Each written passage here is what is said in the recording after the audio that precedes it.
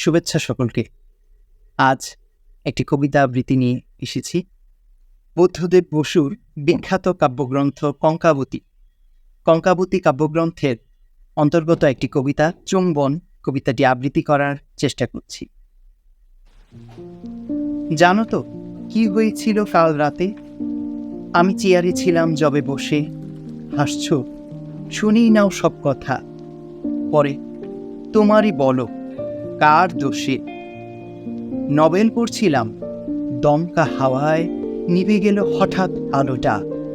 ঠান্ডা হাওয়ায় হাত মুছে নিল এসে, কপালের ঘাম ফোঁটা ফোঁটা। ভারী ভালো মনে হলো কালো অন্ধকার, রাস্তার আলো জানালায়। তারপর তারপর যা হলো সে কথা ভাবিয়ে এখনো হাসি পায়। এখনো সে কথা ভাবি, চোখ বুজে থেকে গড়ি সেই কালো অন্ধকার। বই নিয়ে আজ রাতে বসিব যখন, আলোটা কি নিভিবে আবার? বই নিয়ে আজ রাতে বসিব যখন, আলোটা কি নিভিবে আবার? ধন্যবাদ সকলকে।